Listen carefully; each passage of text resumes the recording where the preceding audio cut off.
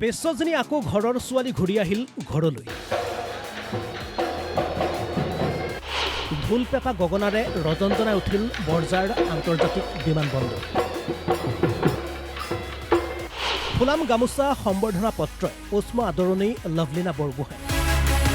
ভাৰত গৌৰৱ লভলীনা বৰগোহাঁইক আদৰিবলৈ বৰঝাৰ আন্তৰ্জাতিক বিমানবন্দৰত অসমীয়াৰ ভিৰ।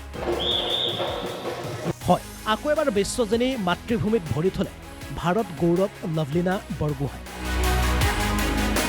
স্কটলেণ্ডৰ গ্লাছগোত অনুষ্ঠিত 23 সংখ্যক কমনৱেলথ গেমছত দেশৰ হৈ প্ৰতিনিধিত্ব কৰিছিল লভলীনা বৰগোহাঁই। ৭৫ কেজিৰ মহিলাৰ বক্সিং শাখাত ৰূপৰ পদক আজুৰি আনিবলৈ সক্ষম হ'ল লভলীনা বৰগোহাঁই।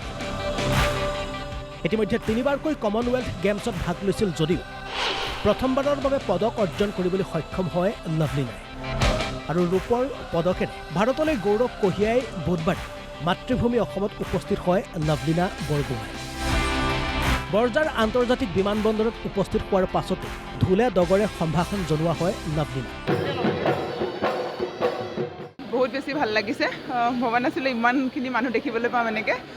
বহুতেই বেছি ভাল লাগিছে, যেতিয়া কিবা এটা খেলিব যাওঁ, খেলি আকৌ ঘূৰি আহোঁ, নিজৰ ঘৰৰ মানুহখিনিক এনেকৈ দেখিবলৈ পাওঁ, বহুত ভাল লাগিছে। গোটেই মানুহ আহিছে, মানে কেনেকৈ ক'ম আৰু এই সময়খিনিক মই প্ৰকাশ কৰিব নোৱাৰোঁ। বহুত বেছি ভাল লাগিছে। সমান্তৰালভাৱে উজনি অসমৰ ভয়াৱহ বান পৰিস্থিতিক লৈ উদ্বিগ্ন হৈ পৰিছে ভাৰত গৌৰৱ লভলীনা বৰগোহাঁই। আমি সকলোৱে গম পাওঁ অসমৰ যিটো ছিটুৱেশ্যন হৈ আছে, এই সময়খিনিত মই ইয়াত নাছিলোঁ থকা হ'লেও মোৰ চাগে কি কৰিলোঁ হয়। মই আহিলোঁ যদি এই প্ৰব্লেমটো কেতিয়াও কোনো ছল্ভ কৰিব নোৱাৰে, কাৰণ মানুহখিনিয়ে যিখিনিৰ ভোগ মানে তেওঁলোকে যি কষ্টত আছে, সেই কষ্টখিনিটো আমি প্ৰকাশ কৰিব নোৱাৰোঁ। আমি আহিলেও কথা পাতিলেও আমি সেইখিনি নিজে অনুভৱ কৰিব নোৱাৰোঁ, কাৰণ তেওঁলোকে ভুগিছে, তেওঁলোকে বুজি পাইছে। আৰু তথাপিও নিজৰ মানুহখিনিক এইটো অৱস্থাত দেখি মই তাত বহুতেই বেছি মোৰ বেয়া লাগিছিলে, কাৰণ গেমত মই ভালদৰে ফ'কাছে কৰিব পৰা নাছিলোঁ। কিন্তু চেষ্টা কৰিছিলোঁ, কাৰণ মই দেশৰ কাৰণে খেলিব গৈছোঁ, যাতে মই নিজৰ যোনটো কাম মই তাক ভালকৈ কৰিব পাৰোঁ। আৰু চেষ্টা কৰিছিলোঁ যাতে ইয়াতো থাকিব পাৰোঁ, ইয়াৰ পৰাও মোৰ পৰা যি হয় মই কৰিব পাৰোঁ। মোৰ তাতে বেছি আছিলে, আৰু এতিয়া আহিছোঁ, মই যাতে আহিব পাৰোঁ, এবাৰ হ'লেও খবৰ ল'ব পাৰোঁ, তাৰে চেষ্টা কৰিম। ইফালে গ্লাছগোৰ এখন ভাৰতীয় ৰেষ্টুৰেণ্টত নেপকিনত থকা ভাৰতীয় মেপৰ পৰা উত্তৰ পূবক বিচ্ছিন্ন কৰা বিষয়টোক লৈ মন্তব্য প্ৰদান কৰে ভাৰত গৌৰৱ লভলীনা বৰগোহাঁই। আমি গৈছিলোঁ ৰেষ্টুৰেণ্ট এটাত, মানে যিহেতু কি ক'ম, জিকি অহাৰ পিছত যোনটো মানে চেলিব্ৰেশ্যনৰ কাৰণে যোৱা হৈছিলে তাত।